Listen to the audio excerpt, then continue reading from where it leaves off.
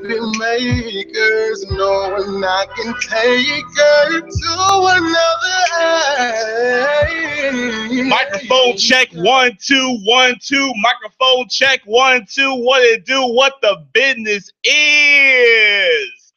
Welcome to another edition of the MDX Radio Show. I am Maurice, and I'm Danny. Kind of delayed with the Danny, bro. You usually be on the heels of when I say my piece. Whatever. And you are tuning in live for another edition of the MDX Radio Show, everyone. Yo, we had such a great time the other week when we were here 2 weeks ago. We said we're gonna come back again and we're gonna give it to y'all once again, but much more better. All right. We're here live in beautiful Broadview, Illinois, at IntellectualRadio.com at the headquarters of the studios here. And if for everyone who knows that this was this is our radio version, who probably tried to tune in last week for our podcast version, probably saw that there wasn't really much of a podcast to show. What happened was when we were firing things up last week to the podcast, Danny was having I guess there was some problems going on in Seattle with the electricity, with the power and everything. It's all kind of stuff that's happening in the West Coast that's just bad, man. I mean, you got the fires that's happening on Northern California. Not making light of it. Hope everyone's okay. But you had that, and you would tell me about that now because y'all had like no power in half the town. How things turn up right now? Everything's fine. We had some crazy windstorm that came through like we always have out here. Mm-hmm. But the power came back. We were all good. So hopefully next week we can have a nice little podcast episode for everyone. Okay, cool. So by the looks of things right now, it looks like we can record next week then, right? Yeah, we should be good. But dope. Cool. I like that. So how was your weekend, brother? Week was good. Week's been really good. Just kind of hanging out, working, doing the thing. Yeah. To Canada tomorrow. I'm about to say, man, I saw that you head up to the Great White North. What's popping? Yeah, I'm going to Canada. The Washington Capitals are in town to play the Vancouver Canucks. Little NHL action. Right. This is like your yearly thing. You do this every year, right? You will go up there to see them play. I do. Yeah, the Caps come up once a year, so I head up there. Just go to Canada. Canada's only about 2.5, 3 hour drive north from where I am in Seattle. So it's not too bad. It's nice. It's fun. Fun little trip. Just going for the night in Seattle on Friday. So nothing too crazy. Oh, dang. You going? Oh, you wait. So it's gonna be like a legit turnaround. Pretty much gonna drive up for the game. The game is tomorrow night, and then driving back on Friday. So. Dang. Okay. All right. How the Caps looking this year? Hey, we're looking okay. We always look okay, and then playoffs come around, and we all know how that goes. It's kind of like how the Blackhawks been looking for the past couple of years over here. We haven't seen. We haven't had a taste of championship since what was that? 2015, I think it was. Last time we were in the championship, or 2016, I think it was. But yeah, same with how there's up here. I've been so disconnected with sports overall. Like I've only been focusing like with the NBA and see what the Bulls talking about, and that really ain't about too much, because they're going into the season. They're going into the season at last place, and my thing is kind of like I'm not really expecting a whole lot out of them. I'm so much to the point where I'm like I kind of don't want them to win too many games, because they look they look a lot better than what's being perceived, from the from the analysts. Because last night when they played Cleveland, the first half of the game they were hooping, like they were going off, and I noticed that now they've changed their game where they're not so much inside the paint players, where they really do shoot from the perimeter a whole lot. And that one dude, that tall European looking cat. He was sticking in threes like nothing. So like the first half of the game, they actually were kind of dominating Cleveland, and then Cleveland ended up winning. I think they won by 7 points or so. But still, like they look good, but it's kind of like I like to see them get a high lottery pick. So I don't want them to do as good as they have the potential to do it. Not yet. You know, as a fan, I'm like, all right, use this year as a transition year. Use this year as a year so this way you can get yourself a good draft pick. And then we start building up next year. And then hopefully, maybe by the time they ready, y'all will have another NBA team, because I know Seattle was looking at bringing another team there kind of soon. So that'd be kind of nice, you know? Yeah, they've been talking about that for years, but we'll see what happens. the way the league is going, though, I wouldn't be surprised if they exercise expansion. Since Adam Silver has taken over, it really has kind of like, he has really made it more like a business friendly environment in terms of, like, you know, what are smart moves to make more money, to make more revenue. I wouldn't be surprised. You know, I think the decision of changing up the jerseys, not being with Champion anymore and now being Nike jerseys is a financial move. And I can also see them eventually going the route of having ads on the jerseys. And I know people are saying, why would you want to have like I don't know, like a logo of Tootsie Roll or something like that on the back of the jersey. But that Tootsie Roll mean that the players get an extra, 10 stacks on their check. I'm sure they ain't going to be mad. And that means that, like, you know, that'll also give us more in terms of maybe like lower ticket prices, more games to see and everything like that, and more incentives as fans. Then, I mean, that's a win-win right there. So Adam Silver, he's been making some smart moves. So I like to see what he's going to do with that. And possibly we might see an expansion team. So you never know. I feel like Las Vegas will get the team before us. They get everything before us right now. Yeah, because they're moving the Raiders there, right? There, they got the Golden Knights NHL team. I'm sure they'll get a basketball team before us. Yeah, dog. I didn't even know what that was until like yesterday. I was like, "What is the Golden Knight?" And I guess they were playing the Blackhawks, and I guess they beat the Blackhawks and I asked them, like, what is the Golden Knights? And then they're like, oh, that's a Vegas team. When did that happen? This year. They're good too. Their first year? Yeah. Damn, that's weird, man. That's wild. I'm not, like I said, I've been off the scene for a minute with sports. But yeah, man. So I mean, yeah, so things are happening, things are looking good. How your Redskins looking? I'm sorry, your Washington DC football team looking? They're gotta be PC. They're about as mediocre as they usually are. I think what are they? I think they're 4-4 right now. Yeah. I want to say. I think that's what it is. We lost on Monday, so they lost to Philadelphia yesterday, right? Yep. Oh man. That's wild, man. But so you wait, what were y'all ranking? You said 4-4?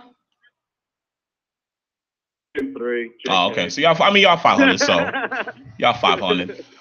You know, but yeah. So over the weekend, like, you know, there were a lot of things that were happening, and I think one of the things that really did stand out to me over the weekend. So Friday, I was driving, and I wasn't on social media all day because I had to go to Indiana for some stuff. I was on the road like literally all day, and I did not jump back on social media until probably about like 5 o'clock or so. And I jump on and I see someone mention that Roman Reigns was not going to be in the match on Sunday, and I'm like, huh? And then right after that, I see that Kurt Angle was taking his place. And that was even a big, like, wait, what plan am I on right now? So I was trying to, like, you know, make sense of it. I was asking questions like, hey, what's going on? Bring it with the speed and everything. So apparently what happened, there is this, for anybody who doesn't know right now, there's like this virus, this what is it, meningitis? Yeah, viral meningitis. Yeah, viral meningitis going around the WWE locker room. And it's shelved. Who's it shelved? Like, because a bunch of people got sick from it. Bray Wyatt, JoJo, Bo Dallas, Roman Reigns. That's all that I know of. Yeah, as far as we know, it's probably some unknowns as well too. Probably got affected as well. But key people have been affected, and Roman Reigns was the latest to endure this sickness, and because of that, they had to replace him. I'm just laughing because of like what we're gonna get to in a second. They replaced him with Kurt Angle. Now, bro, I was hot. I was tight about this. I was not feeling this at all. I don't know how you were feeling, but I did not agree with this at all because I'm like, if we're gonna get a Kurt Angle in-ring return, we need to get a dignified Kurt Angle in-ring return, not some throwaway, random TLC pay-per-view. I want like an actual, real Kurt Angle pomp and circumstance. All the adulation, all the fanfare, all the celebration, Kurt Angle return. That was what I was waiting for, not some throwaway pay-per-view. But that's what we got eventually, though, man. So what was your reaction when you heard about the news at first? So at first I thought it was fake. Mm-hmm. I honestly thought it was fake. And I was like, I saw it and like somebody had posted it on Facebook or something. And I was like, there's no way that this is real. So I went to the actual WWE.com website and I was like, no, this is actually a real thing right now. Right. So I was like, all right, cool. So Kurt Angle, he's going to do his thing. And then I was more excited to find out that Bray Wyatt wasn't going to fight Finn Bálor and we were going to get AJ Styles, Finn Bálor. Like that was the exciting part for me. Yeah. Again, like you said, I was hoping for a triumphant, Kurt Angle return. But we ended up getting him dressed up as the Shield. Oh, bro, man, we're gonna talk about that. It was so bad. And I was like, all right, cool, I get it. Like they're trying to keep the Shield thing. Right. Cool, no worries, right? And then like the match just went on, and it was just like a cluster, and like there was just it was all over the place, and there was just too much going on. Right. Couldn't figure it out. I didn't like it. And then Kurt Angle gets quote unquote hurt, so he goes away. And then I'm like, the only way that this is gonna get better is Kurt Angle's music hits. He comes out wearing the onesie, and like he becomes like the Kurt Angle. But then he comes out and like dressed up as a Shield again. I'm like, I'm done. Dude, I can't do it. Yeah, and we're gonna touch on that in a few minutes, man, because yeah, I have quite a bit to say about that. That was like kissing your sister. You know what I'm saying? Like that really was like, yeah, I'm good. Right. So we go into Sunday, the TLC pay-per-view. It's pay-per-view Sunday. So you approach it with, hey, as long it's a pay-per-view, so we're gonna check it out. We'll have a good time with it and everything, whatever it is. So right. the kickoff match was Sasha Banks taking on Alicia Fox. This was like kind of like a there was like some build up with this on Raw for the past few weeks and everything. It looks like they're bringing Alicia Fox back into the swing of things more in depth. Because it seemed like for a while she was kind of like she wasn't really like a part of anything major. She was more of an intricate part of the Total Divas reality show. But now, as of late, the past few months though, she's been more of a play on Raw. So she's been having like this little program with Sasha Banks, and Sasha Banks got the pinfall on her with I'm sorry, not pinfall. I'm sorry, she made her submit with the bank statement and made her tap out. It was, this wasn't no clinic or anything like that. This was very standard, this is a very TV match. And so, I probably gave it like a C or so. So, it was pretty standard. Yep, agreed. Kind of boring. I was over it pretty quick. Yeah. It was kind of like one of those matches where you're like having the background while you're like, you're getting your drink ready. And then like the pre-show ends, we go into the actual pay-per-view itself. We start the pay-per-view off with the curtain jerker, which was Emma taking on the debut of Asuka. And at first I was like, oh, they do this match already? Okay. But, it was a good way to get the crowd warmed up. So it made total sense. Now, going into the match, like when Emma was coming out, I really thought it was going to be a squash match. Like I thought that they were going to, what I thought they were going to do? I thought they were going to book the match the way how that one match Asuka had in NXT where old girl threw that punch, but Asuka grabbed her arm, wrapped her legs around her arm, flipped her over and made her submit. Yeah. I really thought that was going to be like just a replay of that, and that's what I was expecting. But we actually got a match from them, though. Yeah. It was a decent match, too. Yeah. Yeah, it wasn't bad. Like, I think what was good was that, like, I felt that Emma kind of stepped her game up for that match because A, it was a pay-per-view match. B, it was against Asuka. C, she knew this is the opener, and a lot of people were going to be watching this match intently. You know, so this wasn't going to be like this wasn't no middle of the pay-per-view throwaway Divas match where I can go in the bathroom and I'll come back in 7 minutes. You know what I'm saying? Like, this actually was like a pretty important match. So we actually saw some really good spots from Emma in this. And I think in a way also it was like kind of like letting them know that I need to be in the main mix. You know, maybe not necessarily the champion, obviously, but I need to be considered in the main mix of like those of those women wrestlers who get the real consistent TV time. You see what I'm saying? Right. And she's been grinding. She's been trying to get out there and do her thing. Mm-hmm. I think it's hard because she's just being overshadowed by like Sasha Banks, Mickie James, Alexa Bliss, Bailey. I think it's just hard. If any of those rumors are true that Nia Jax is going or trying to leave or whatever, I think that Emma should definitely capitalize on that and be like, hey, I could be a top heel for you. Right. It's, speaking of top heel, what did you feel about Asuka being presented as a face? Because that was kind of different.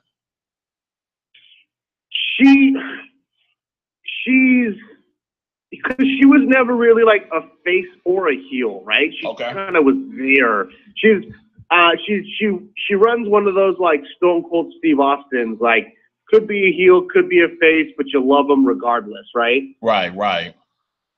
So I feel like she's the same way. Like she's just gonna run through the roster because she's gonna beat Alexa Bliss eventually, and then and then it's gonna be. So I don't know if. I mean, obviously she is a face, but I feel like she's not going to have like full face tendencies, if that makes sense. I got you. She's not going to be out there like, I'll save you, Bailey. You know, like she ain't going to be doing all that. Right. She's not going to be, taking pictures with the little kids at ringside and whatnot. At least I know. I hope not.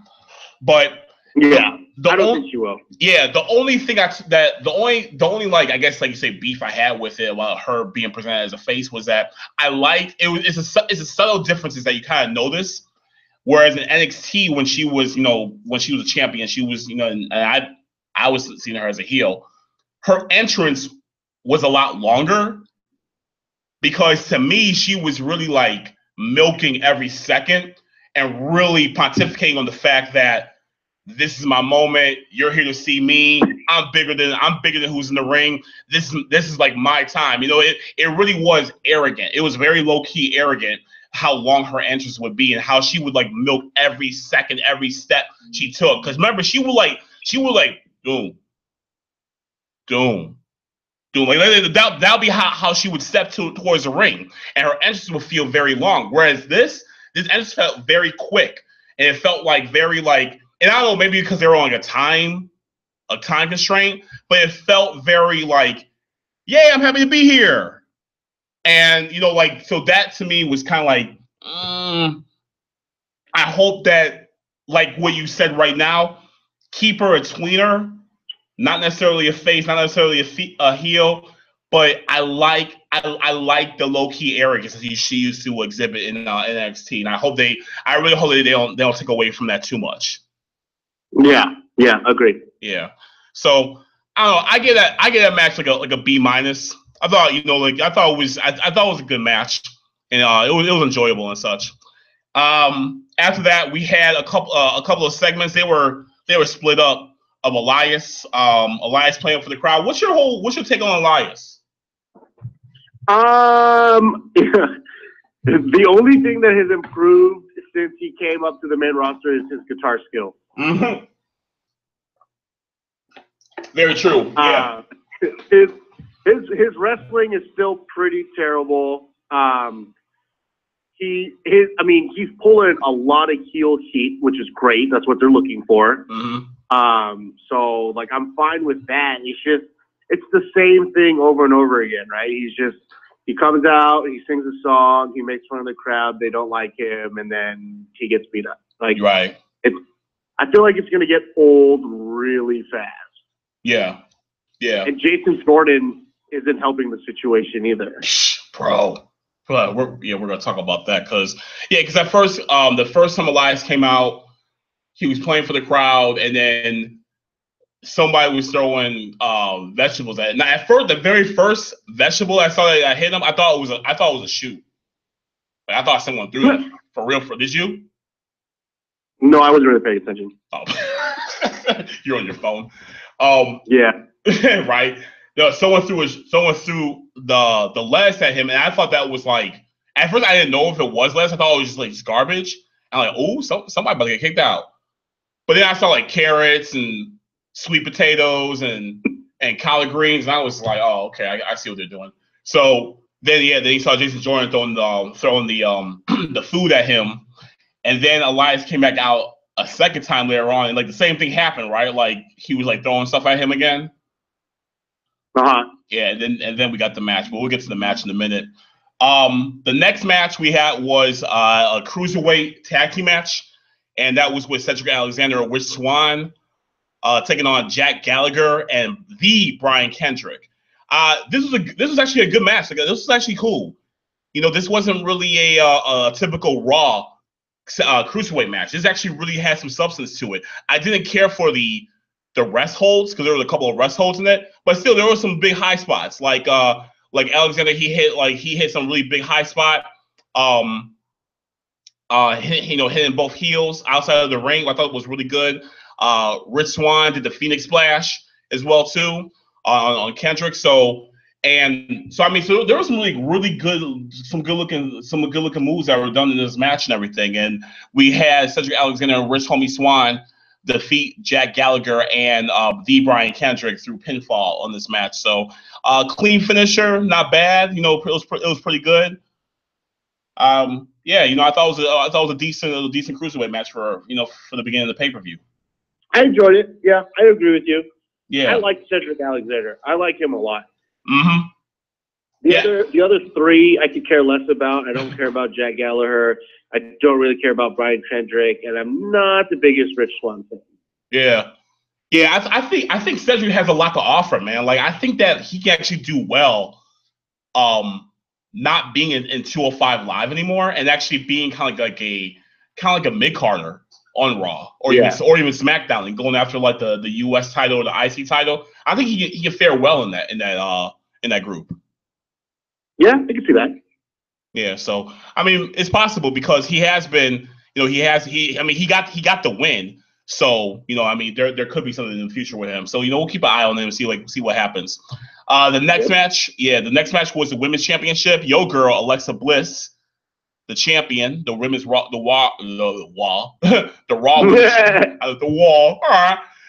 Raw Women's Champion, defending her title against the challenger, the number one contender, Mickie James. And dude, like, what is it about Mickie James and like WWE that has to like milk the whole let's find a disadvantage of yours and really exploit it? Because the whole thing about her being old, her being a grandma. Well, I mean, not literally, but what according to Alexa, but her being old, that whole thing was like so played deep that it reminded me of the days when she was feuding with Michelle McCool, and Michelle McCool was calling her fat all the time. Right.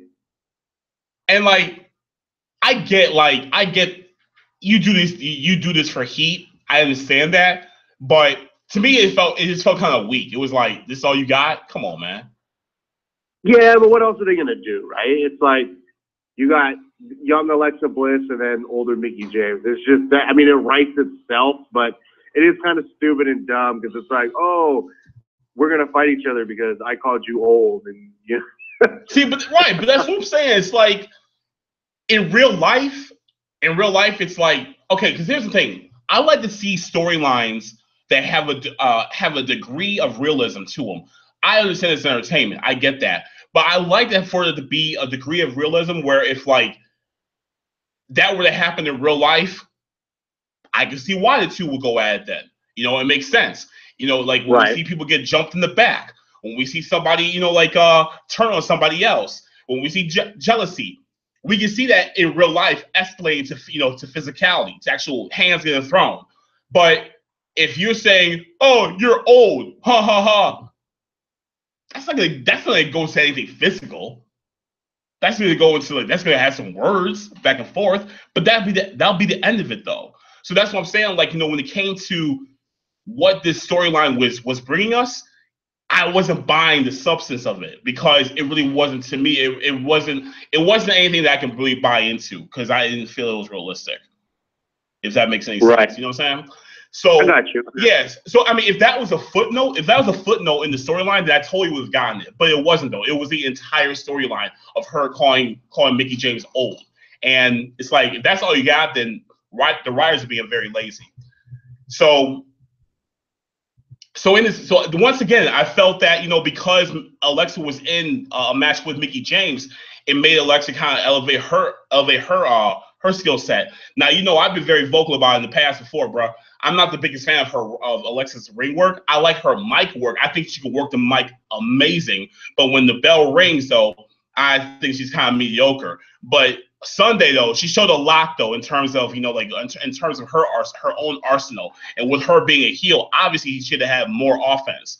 To this way she could punish Mickie James. But Mickie really did make her really like kind of work for that win. Alexa did defeat Mickie through pinfall to retain the title. What were your thoughts? This is your wifey we talking about right here, bro. So tell me what you think. I know. I'm glad she won. I know she's going to lose to Asuka eventually, which I'm fine with. The Alexa Bliss Mickie James match was just kind of whatever to me. Mm-hmm. Her Alexa Bliss, she's kind of terrible in the ring. She's not. Her moveset's kind of weak. She does the same thing over and over again. Right. I mean, she's athletic. But she's not. I mean, she doesn't do anything like super impressive. Yeah. The what she does do well is the whole like the heelish little tactics, kind of like in this match when she was playing possum, act like she had the injury, and then she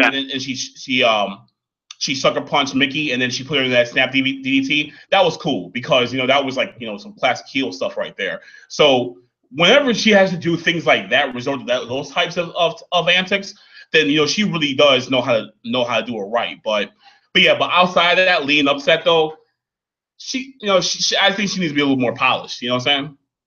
Yeah, I hear you. Yeah. Now the next was the Shield presenting Kurt Angle with the I'm sorry, not Shield, with it was Rollins and Ambrose presenting Kurt with the vest. So here's my question: Did Kurt not come to the arena with any ring gear? Was he on some kayfabe stuff, bro? Was he like, oh man, hey, looking out in that vest, man? Because I sure showed up here with nothing to wear in the ring. I was gonna go out there on my drawers, bro. You know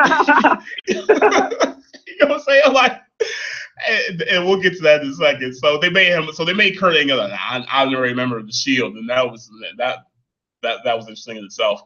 The next match was another cruiserweight match, but this time it was for the cruiserweight championship. It was Enzo Amore taking on Kalisto, the cruiserweight champion. Bro, they really. First of all, let me go back a little bit. The TLC pay-per-view. Traditionally, the TLC pay-per-views would have not only a TLC match, but also have a tables match, a ladder match, a chairs match. Mm-hmm. Those last three options were not even a play into this pay-per-view. This pay-per-view only had a TLC match. This cruiserweight match, would have been perfect if it was a ladder match. It would be a lot better had it been, even if it was a tables match, some type of stipulation. But why was this a regular one-on-one match? I don't know. But you know what I'm saying, though? Especially considering the fact that they just had a lumberjack match a couple weeks ago. So why wasn't this any stipulation? Yeah, I don't see. I feel like WWE now, they just have pay-per-views for the sake of having pay-per-views. Right. And like it's so like it's like a norm now, right? Like, oh, we have TLC pay-per-view, so we're just gonna do it. Like, and it's just for like a namesake, I feel like, and it right. just doesn't work the same anymore.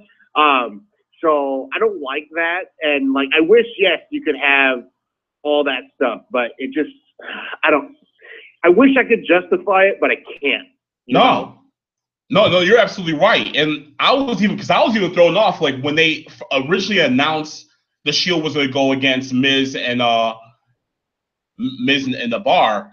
Because at first when they announced it, I thought it was for Survivor Series because they announced that 2 weeks ago. I'm like, oh, it's for Survivor Series, but then it was like, no, it's for TLC. I'm like, wait, there's another pay-per-view coming up? You know what I'm saying? Like, I'm like, another one in between right now and Survivor Series. And that's why I was saying, I was like, there's not a reason for this pay-per-view like this. And this is why I said to you on Sunday, that match and the main event and the pay-per-view overall felt like tribute to the troops. Yep. It felt out of place. There was really no need for it. I would have, you know what? I would have rather for them have done like, if they really need to have this, like if this was needed, I would have rather for them to do like a Saturday night's main event. You know what I'm saying? Or like a network exclusive show or something. Right. That's right. Exactly. Like a Saturday night's main event as a network exclusive. It could have been on Saturday, and they could have did it like that. You know, like instead of using, because for some reason to me I feel like Sunday pay-per-views are really like that's for the start, either the start of a feud or the end of a feud. You know, like it really is like the bookends to a storyline. And with them making this event on a Sunday pay-per-view, I expected a lot more because as fans we invest ourselves emotionally into this. But there was no logic. There was no logic whatsoever behind the show. So I'm thinking that's why I was like, this felt like tribute to the troops, bro. Like there was really no reason for this entire show at all, and nothing really moved the needle. And obviously when we talk about Raw in a few minutes, we'll see we'll see why, because even the night after, it felt like as if TLC never even happened. Like there was nothing from it. Like we didn't get anything from it. You know what I mean? I didn't watch Raw. Oh, you didn't? Oh, okay. Oh no. I mean, I was watching Monday Night Football. Oh yeah, watch your boys get smacked. I got you. Priorities. Oh, all right. Yeah. Okay. Cool. Hey, clown the Bears if you want, because I'm not even watching them. So go ahead with that. But so you can let them jokes fly this year. I'll let you live. But going back to the cruiserweight match, yeah, like I said, that match should have been a ladder match or at least a tables match, some type of stipulation. But no, it was a regular one-on-one match, and Enzo defeated Kalisto to win back the championship. One of those, why did he even lose it in the first place kind of situations. Did they just want to make him to a two-time champion? I don't know. The match, like I said, if it needed a stipulation, man, because this was just not doing it for real. This was not doing it, and I'm not with Enzo being. It's so many things, because with Enzo being the champion on 205, it doesn't draw me onto that show. And low key, I kind of feel that like maybe some of the other guys in the roster feel the same way. I think isn't that the whole reason why even Neville walked out too, because of the direction that they were going in with 205, or the lack of the direction they were going with him. Because supposedly, yeah, it's too much of a cluster, and I felt that was just really was an example of how messy things are over there. So that's what happened with Enzo and Kalisto. Kalisto dropped the title to Enzo. He walked out as two-time champion. So, hey, what can I say? I just hate all of the flip-flopping of champions. Right. It happens way too much now. Yeah, it does, and it doesn't give you a chance to really like appreciate a title reign. That's the only thing that's the one thing that's really satisfying about Jinder Mahal's reign right now, because he really is. He's been champion since what, May? May, right? Has it been that long? I think so. It's either whenever Backlash was, it was either May or April that he's been a champion since. And so and he's the only champion in the company that has had a title for that long. So he's the only thing that's refreshing. But you're right, though. Everyone else, though, it's been hot potato. And, you know, we can't really be able to invest into a champion or really even believe someone being championship worthy when I just saw them win the title last week, and now next Thursday they're going to drop it. Right. You know what I'm saying? So, you know, no, I'm with you on that. I get that C-, damn near a D. The next match was was in Finn Bálor facing AJ Styles. And this was another situation where Finn Bálor was supposed to wrestle Bray Wyatt, but Bray Wyatt got sick. And so Sister Abigail, correct. Yes. Oh, yes. Hey, that was a blessing that we missed out on that, because I was ready for some Mrs. Doubtfire kind of stuff to take place. So I was I wasn't trying to see that happen. I wasn't trying to see him come out looking like Tyler Perry in the Medea movies. So I'm good on that. So yeah, I can't believe they did it. You know what I mean? Mm-hmm. That was so corny, bro. It's so corny. Like they talked about it. I was like, "There's no way they're gonna do it," and then they did it, and I was like, "Oh my goodness, please don't make it happen." So I hope like it doesn't happen like when Bray Wyatt gets better. Oh yeah, I hope the 86 just completely table it, like completely scrap it. Like it's not even happening. It's never been a thought. Let's move on. You know, for real. Like, because we don't need that in our lives. We're good. But man, this match was the one savior of the pay-per-view. This was a fantastic match with Bálor and AJ. And this was the first time wrestling against each other, right? In WWE. Okay, so they had wrestled before in New Japan. Yeah. Gotcha. Okay. All right. But in WWE especially. But this was a treat seeing this. And going into the match, I'm like, this is gonna be phenomenal. No pun intended. But we saw a really, really great contest with these two. I mean, I can't really say any more about it. This was something that you actually definitely want to go back to watching, and give a repeat watch to it. And what was great about it too, Finn Bálor defeated AJ Styles, with the coup de grace, and we knew that was going to happen. And that's fine too. But what was great though, man, was that at the very end they did the too sweet. Yep. They did the too sweet, man. So that was cool seeing that, dude. That was real cool seeing that. Next match was Jason Jordan against Elias. This was your proverbial I gotta go to the bathroom real quick match. Nothing really came from this. I don't know, bro. Are they done with the whole Jason Jordan push? Well, I don't know. Well, he won. I don't know what they're doing. Yeah, he won, but like I'm just wondering, like, are they doing anything significant with him? I highly doubt it. And it's sad because the man can work, but we're not really. I don't know. It seems like he's kind of like at a standstill right now, and it's kind of like we're just gonna throw him. We'll throw him with a black tag team partner, or we'll throw him with some other throwaway mid-carder just to have a match for 6 minutes. Yeah, taking him away from American Alpha was like the worst thing ever. Yeah, and what's his name? His partner, Chad Gable. I mean, he'll get a match here and there with Shelton Benjamin, but there's that, and even though they're good individually, together their chemistry is not really it's not really believable. No, not at all. No. Now we're at the main event. Oh, good Lord.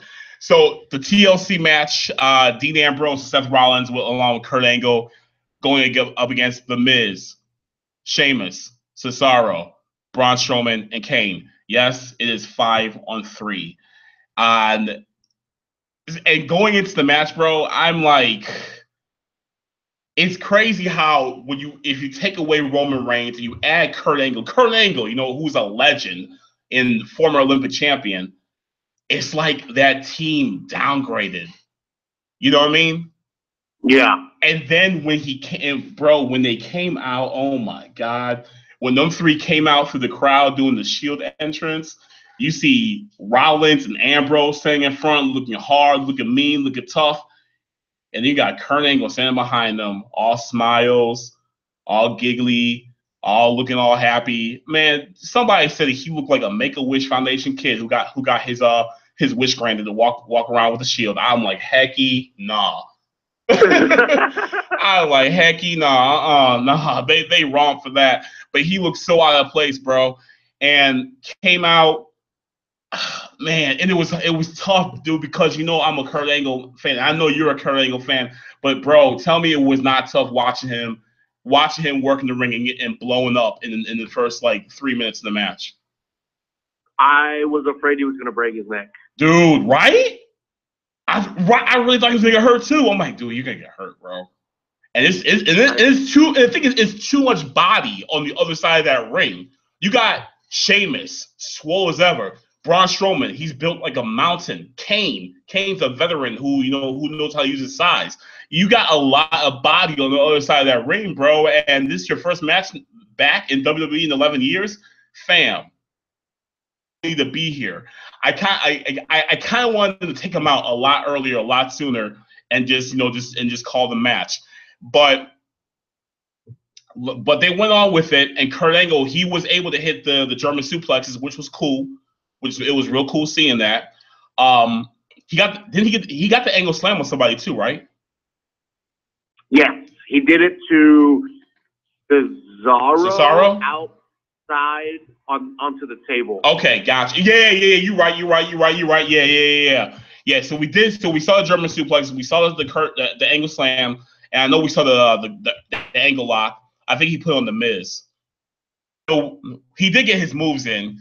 But there was a point in time where Kurt Angle had to be taken out the match, and he was, rushed back to the back because, with the medical facility. And so at that point, this is when things got really weird. This is when it really felt like I was watching WCW 2000, because at that point, the match was 5-on-2. So if it's 5-on-2, it's no brainer who's about to win. I'm like, they should just call this up, wrap this up and go home. But then out of nowhere, Kane started beating up on Braun Strowman? Yeah. Dog, I had to rewind it and be like, wait, what did I miss? Because I thought, did Braun, accidentally hit him? No, it literally happened out of nowhere. He just starts, he started throwing them hands. And I was like, why? So yeah, I knew there was going to be something like that would go down. Because it always happens, right? There's always dissension between the heels. I don't know. Like I said earlier, that whole match was just it was not believable. It was all over the place, poorly booked, too much going on. It was bad. It was a terrible main event. Yeah, it really was. It was ridiculous, and nothing really came from it either. I still don't even understand, why it went in that direction. I don't understand how when you are in a 5-on-2 situation, how the team of 5 had the disadvantage, and how the team of 5 have the dissension. I don't get that. And then, so I'm thinking, all right, you know what I was thinking when it was 5-on-2? I'm like, what should happen? The club should come out. It should be either AJ and Gallows and Anderson, or it should be Finn and Gallows and Anderson coming out. So this way to even up the odds. This way it's 5-on-5, but didn't happen. I guess because that would have made too much sense. I guess, you know what I'm saying? Of course. Right, because I would like to see the Shield and the club go against them 5, but no. Instead, we got Kurt Angle's music play, and then Kurt Angle comes back out, so he's back into the match, and so he comes back out. Angle, Miz almost got the victory with him. Angle with the Skull Crusher finale, but they kept going, and they turned things around, and Angle was able to get the pinfall. So and I think he got on the Miz.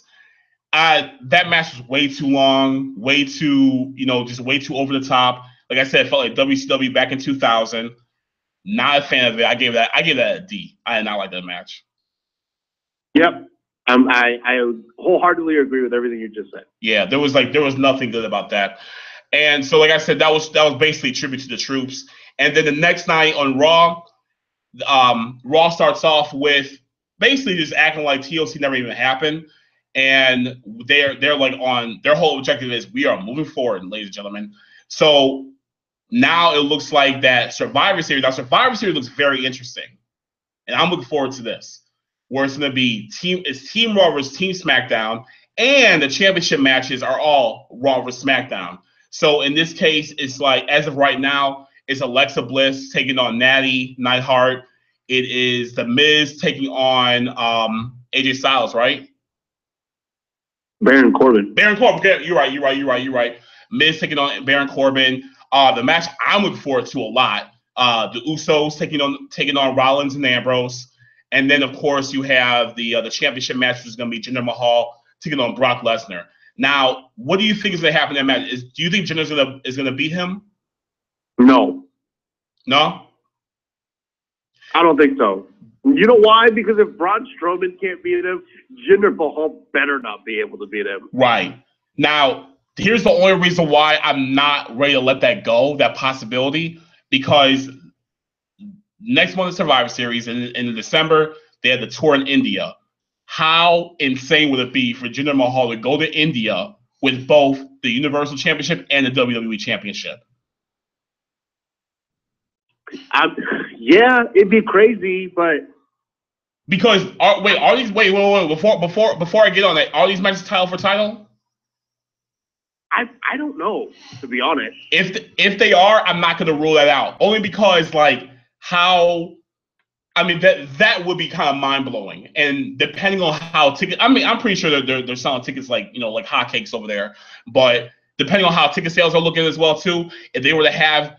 Here is a chance in India for you to see Jinder Mahal, both Universal and WWE champion, then I think they'll sell out, instantly. But that's why if it is title for title, I would not completely rule it out.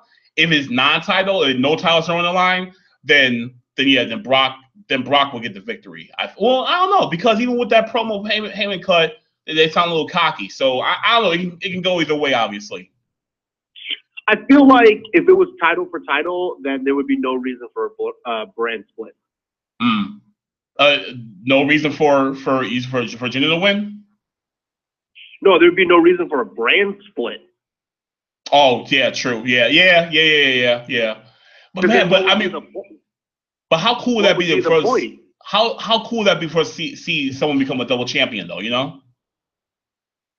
That would be cool, and you float around, but, I mean, who actually wants to do that? Yeah. No, I'm with you on that. Man, it's almost time. It's almost time. Okay, cool. Look, we're gonna wrap in a few minutes though, but before we get out of here, we were going to talk about, because I got a really interesting piece of information earlier today from Haven Rain. Shout out to Haven Rain.